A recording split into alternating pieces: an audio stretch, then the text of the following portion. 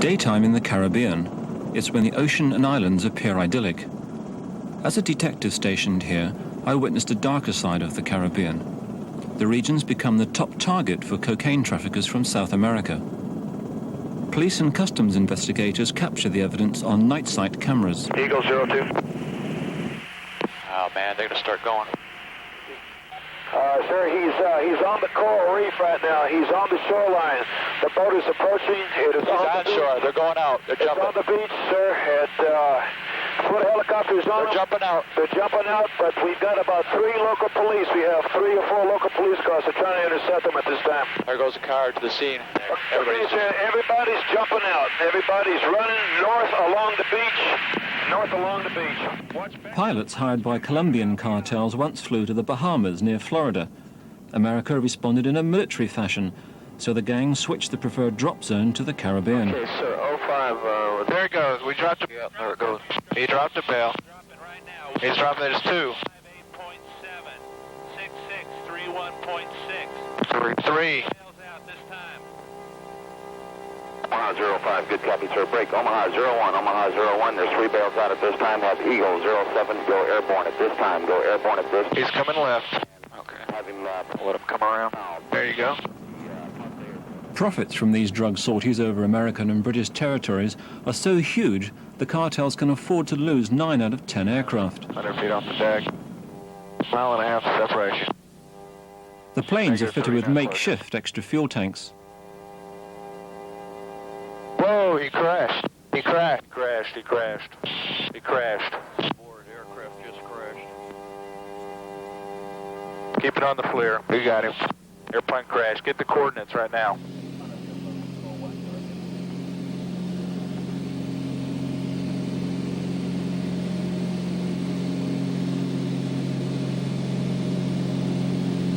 I'm Christopher Moyse.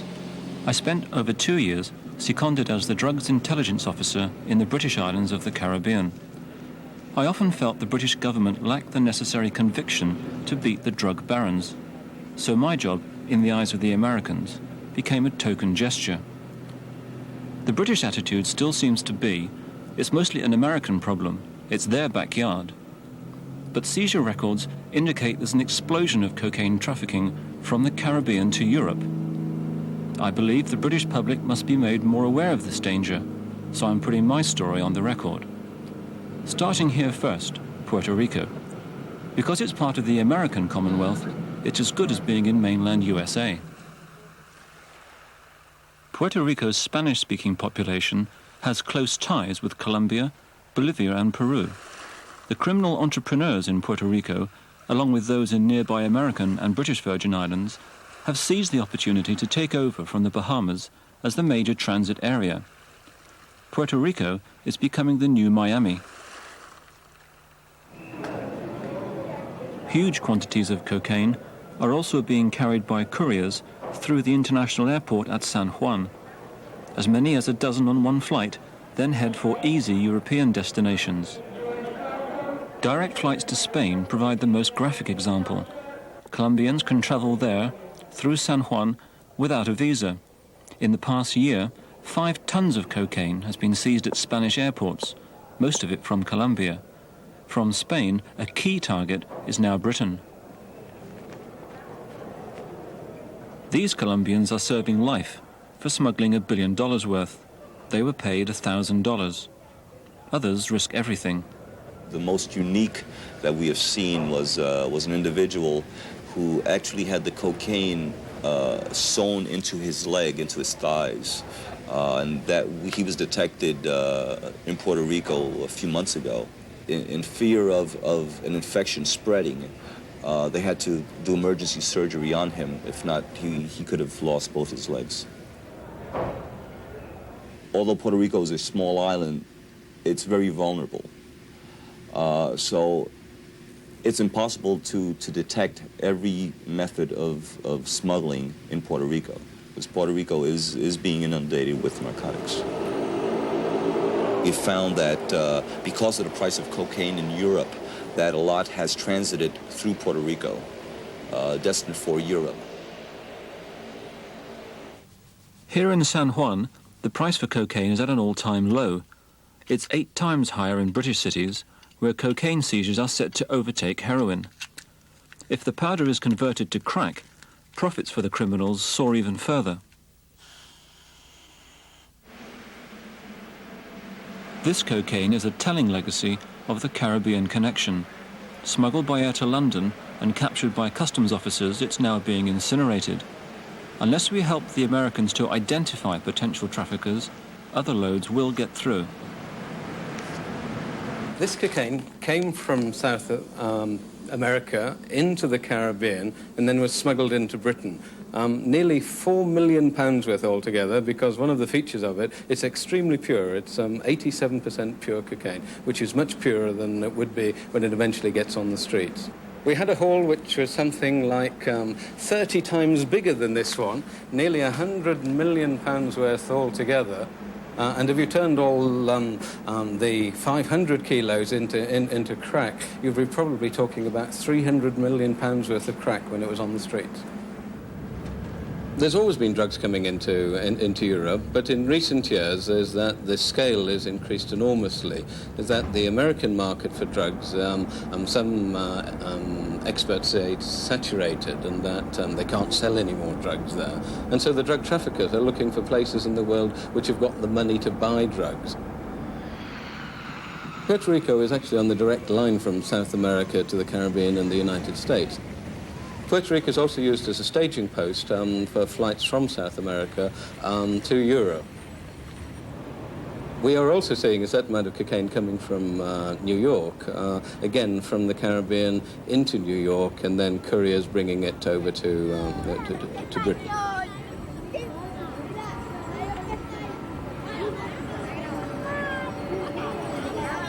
It's estimated as many as 40 passengers on any cruise ship could be paid couriers.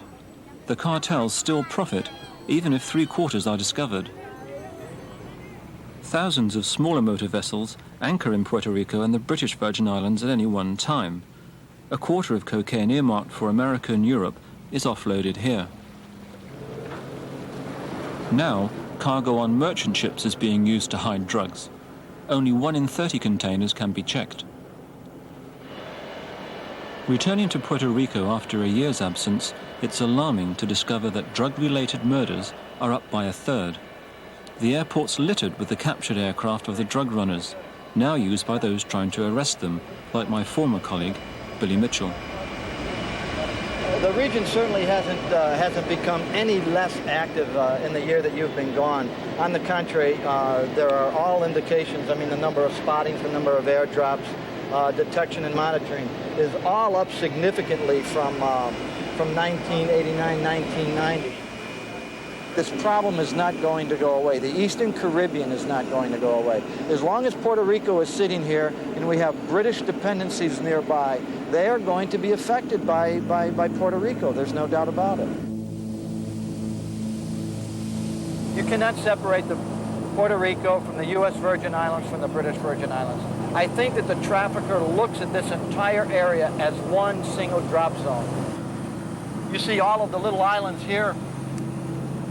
It's literally impossible to keep track of this stuff. You see, right now we are below radar. You have to understand that, below radar. This is exactly how a doper would come in on his run. Come in, kick out your bales, and I mean bales of cocaine, not bales of marijuana. Turn around and go home. The quiet coves and beaches around the British Islands are considered the major target now. At night time, they're particularly vulnerable. As you can see behind me, there's a small cove, which would be where the pickup boats would be waiting as close to shore as they dare, having marked out the area with some form of crude lighting. The aircraft would make a very low-level approach, perhaps 50 or even 25 feet, before the bales or the packages are kicked out the back of the aircraft to the waiting boats. As you can see, it's a very short distance between where the boats would be, perhaps 100, 200 yards offshore into the cove, which is easily accessible by road. It's then a very short matter of unloading the materials into the waiting transport and away, the whole operation taking perhaps less than half an hour for a practice team. The American Coast Guard covers the widest area in the Caribbean, but they don't have jurisdiction over the British dependencies and often have to get permission for access from the British Embassy in Washington or the Foreign Office in London, and that's having serious implications. We are aware of boats that have drugs that are coming up, say, from South America, that they move directly through the island, from one island nation to another through their territorial waters. And they're basically untouchable by us and other foreign government vessels, say, or cutters or helicopters that are flying in the Caribbean. Can't touch them in those other territorial waters without State Department approval, and that takes time. And, of course, by that time, they've moved into another island's waters, so very frustrating. I know that everybody means well and they want this operation to take place, that we just have to find better ways to move quicker, and because time is so critical when you come across a vessel that looks like it would be suspicious. We need to act very quickly. Unlike the British, the Americans are committed to a military approach. This is just one of the regular exercises involving a US Customs Black Hawk helicopter, similar to the version used in the Gulf War. The exercise involves one of their own pursuit aircraft. Sector Omaha 20, update, estimate landfall for the suspect aircraft at Borinquen Airport. At the present position, we'll take him in at Borinquen Airport. Request ground units available. Sector Omaha 20, subject appears to be lined up for runways. The only way I could see my job being done was to become operationally involved with the US agencies. In the Caribbean, this kind of aerial arrest is unique to them. The helicopter pilots never know when it might be for real. Well, Black Hawk, compared to other helicopters, is a lot faster. We can do at least 150 knots straight level, which is close to what the twin-engine airplanes that we usually chase have for airspeed also. So we can stay with them if we get close to them. We can also carry a lot of agents in the back, so that when you get on the ground, hopefully you'll be able to outgun the bad guys.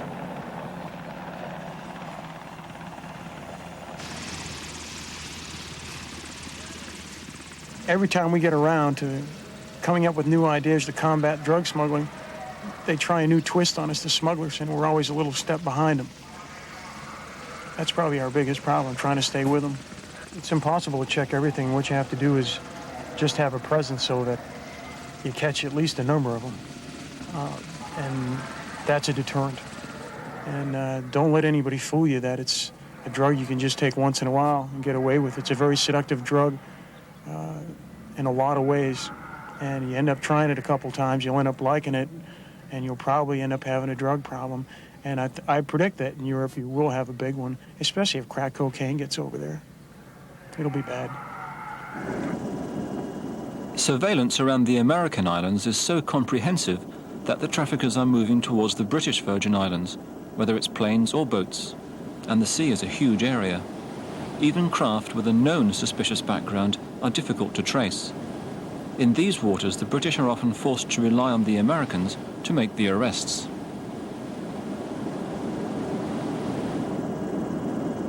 The populations of the islands east of Puerto Rico are much smaller, but spread over a wider area, which presents much more difficulty for detection.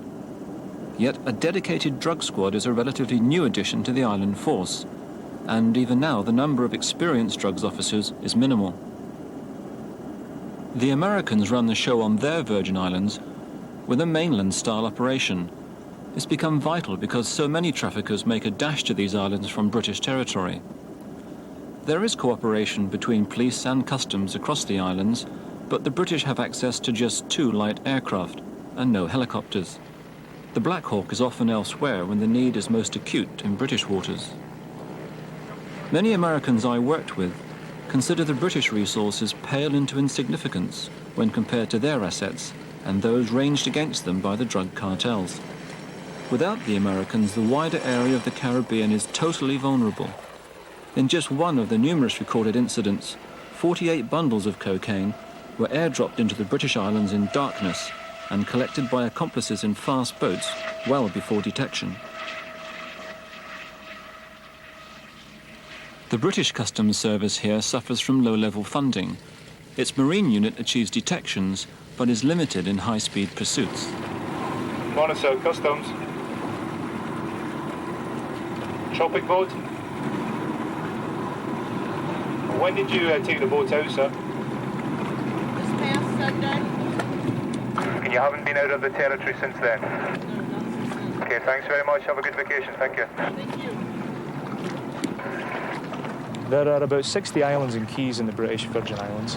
There are quite a few anchorages and marinas around the various islands, and we therefore have quite a difficult job to be in all of them and to identify the traffic that we need to identify from the normal tourist holiday traffic. There are 14,000 people or so here in the BVI. There are 2.5 million in Puerto Rico. To all intents and purposes, it is treated as a part of the federal United States, and therefore their commitment to the region is therefore, I believe, much greater than the British government's position here in the BVI, which the bottom line is that this is a very small place with limited resources. Where drugs are being trafficked through the region, there's always a probability that people will be paid in drugs rather than paid in money, and therefore those drugs are more available to be distributed, and that's a big concern. That's the effect that international trafficking has in such a small place as the BVI. Here, vessels come and go at will. Behind me you can see several pleasure craft moored up in this bay on the north side of the island. This is not a recognised port of entry.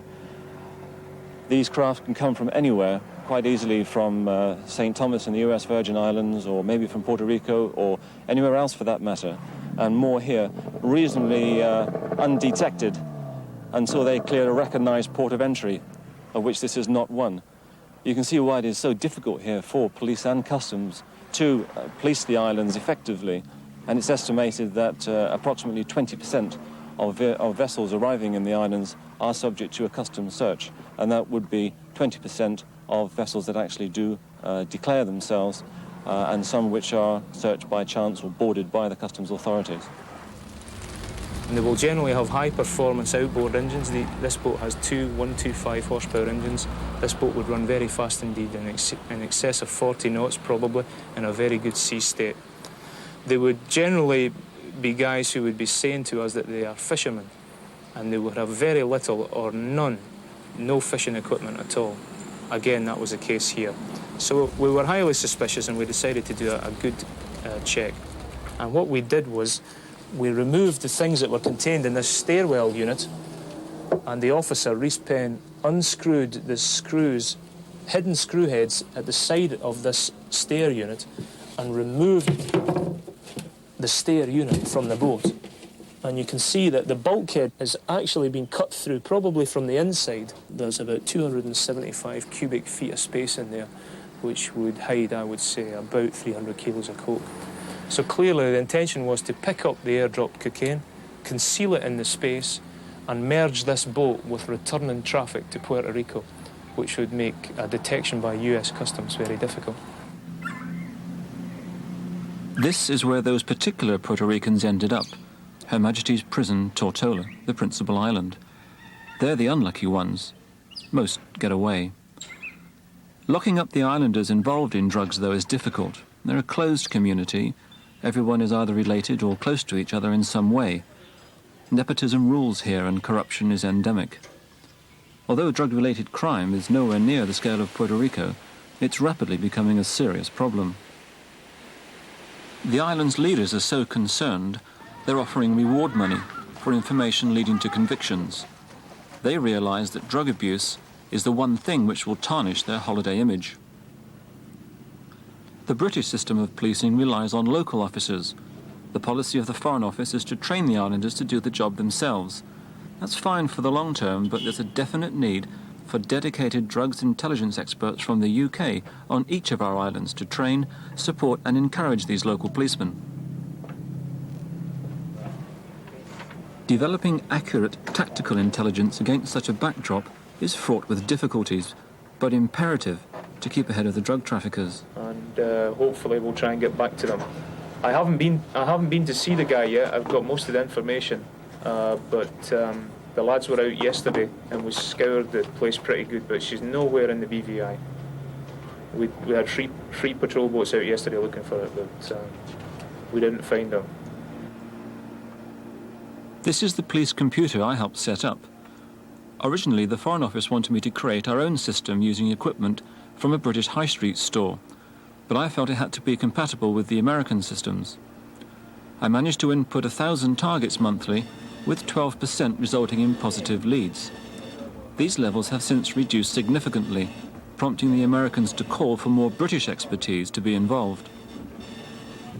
I don't think you really need British expertise for manning computers. I mean, it's a fairly simple job, the gathering of intelligence, and you can simply train people in there. Most of the dependent territories have British seconded officers in, if not their drug squad, they have heading up their CID officers or in senior positions like myself in the force. But no, I don't really think that this is something that can only be done by British officers. There's a great deal of scope for training local people, and they soon learn to handle computers and intelligence networks. The main problem is here, so many countries, so many different people, all recognizing the problem, but finding it very difficult to mesh together and start talking together and acting in concert. I think that our resources are adequate for the needs of this particular territory. Given that this is a very tiny police force, only about 120 officers and a very small drug squad of half a dozen people, have in addition to that a marine unit, which is about 10 people. But that group, together with customs, managed to net last year something around 640 kilos of cocaine in seizures, which I understand is in excess of what was seized in the whole of the UK in the same period. So for a very tiny force, it's been remarkably successful. Although cocaine seizures are at an all-time high, a great deal more gets through. A former drugs officer on the islands who took these pictures agrees the high seizure level is just the tip of the iceberg. The largest haul that we had was 20 times larger than that. You can imagine that the satisfaction that it gives police officers out there and myself to seize between four of us perhaps twice as much cocaine as is seized in the whole of the British Isles in 1 year. It would not be exaggerating to say that at least 500 kilo load would go through on a monthly basis, usually full moon. I mean, if you take the British Virgin Islands with when I was down there, the budget for the year was somewhere around about 26, 28, $30 million per year. Now, one load of cocaine we've already shown is worth $300 million. Now that means that somebody, somewhere, is 10 times richer than the country that they're putting the drugs through. Now that's a tremendous amount of wealth and can generate a tremendous amount of power. You will never beat the cocaine barons. You might arrest them, you might sentence them, but you will never stop the supply of cocaine. All the time there's a demand for it.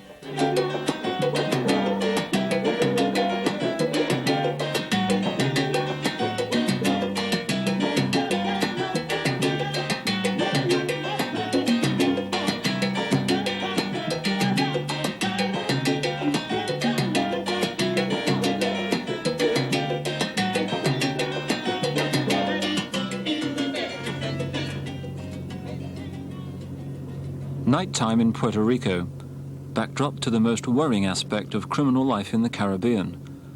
8 out of 10 murders each weekend are drug-related. Police estimate that on its own, the largest of the Colombian cartels has 250 tons of cocaine to send around the world this year. Little wonder the Americans have declared war on the drug traffickers and, as in Miami, have brought a military approach to detection in the Caribbean. They've invested in the world's most sophisticated radar-carrying balloon at the more vulnerable end of Puerto Rico. It's evidence of an expansive attitude to future operations. They're also upgrading and buying more high-speed pursuit craft. As the traffickers turn to the British dependencies to hide, the British government will be forced to consider whether its scale of investment is enough. We're competing here with boats like these gentlemen have. in the US Customs. They're very expensive boats. They're very finely tuned machines, and they're kept that way because their trade depends on it. And we're talking about pursuit situations at 50, 60 miles an hour on water. As you can see, there's a lot of water here, and we're looking for boats which in such an ocean are very small, consignments which are very small. It's a very large area to police, and as you can see by the amount of seizures that these gentlemen get involved in and the resources that they have, it's very much an uphill struggle. What we really need in the region for the British Virgin Islands and would beef up our assets considerably would be another aircraft, preferably a helicopter, given that it gives the law enforcement agencies there the ability to respond quickly and effectively to an area where we think there's an airdrop or other activity. Assets like these boats are great. As you can see, they're very quick, but they still take time to deploy to an area of operations, and it's in that time that we miss things. An asset like a helicopter would give us the ability to respond quickly and effectively. It's a lot of money. They don't come cheap. I'm not saying they're easy to get, but what price can you put on drug enforcement? I don't think you can put a tag on it. Of course, if we could, it would always be desirable to spend more money, as it would in Britain itself, as it would in many other areas of life, the National Health Service or anything else you like to mention. But we have to have priorities, and I think we've got our priorities pretty well. Wherever there's a market, they're going to push it. These men are dynamic. You know, when I say these men, the smugglers are dynamic. They find an open market and they're going to push for it, whether it be in the United States or in Europe. They can rapidly change their method of operation to fit their needs. They're going to look for the least path of resistance, and they're going to take that path until we plug that hole. Then they're going to rapidly find another area, and they'll continue to do that, and they'll keep, as long as the demand is there, they'll continue to look for the weak parts in the link, in the chain. I know what it's taken my agency, my service, to get where we're at now, and I can only say that I'm sure that the same thing is happening on the British side. The same pitfalls, the same obstacles, and it's not that you can't overcome them, it just takes time. Certainly there is some British impact down here. There's no doubt about it, but perhaps there could be more British impact as far as a united front. The U.S., Great Britain, we've always worked quite well together in several endeavors, and we do work quite well in the drug wars throughout the world, not just here in the Caribbean. I think that Britain has to decide that for themselves. Do they see a cocaine problem there, and do they picture the Eastern Caribbean as being part of that problem? It's their call. Experts in America believe their government was a decade too late in meeting the drug cartels head-on. In Britain, the situation is more under control, but the Caribbean connection is moving closer to our backyard. Today's pirates of the Caribbean, the drug traffickers, already have more wealth than most third world countries. Stopping them is in the interests of everyone.